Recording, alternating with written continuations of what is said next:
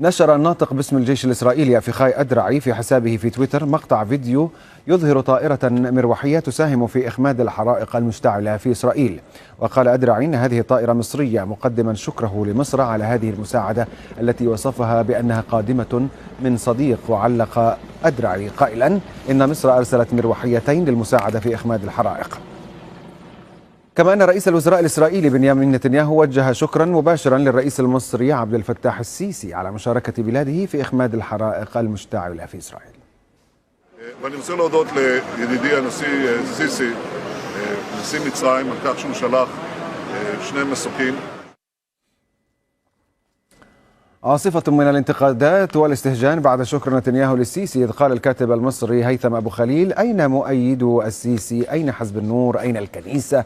نتنياهو يشكر صديقه السيسي لإرساله طائرتين لإطفاء الحرائق في إسرائيل.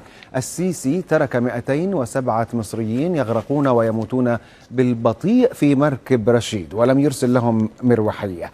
السيسي ترك 312 مصليا يقتلون لمدة 45 دقيقة في مجزرة مسجد الروضة في العريش ولم يرسل لهم مروحية تغيثهم. وكتب الناشط قتيبة ياسين: لاحظوا أن نتنياهو لم يشكر مصر على إرسال مروحيتين لإطفاء الحريق، هو شكر صديقه السيسي لأنه يعرف موقف الشعب المصري جيدا.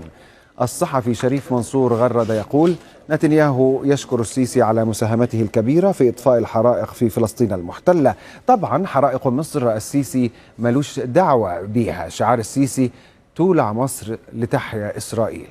وعلق الكاتب الفلسطيني محمد المدهون يقول: نتنياهو عبر حسابه في تويتر يشكر الرئيس المصري السيسي على مساعدته في إخماد الحرائق المندلعة في أراضينا المحتلة. يذكر أن النظام السيسي هو من منع عدة مرات دخول قوافل الغذاء والدواء الإنسانية إلى قطاع غزة المحاصرة. إنسانية تظهر تجاه محتل مجرم وتنعدم مع الجار المحاصر، لن ننسى.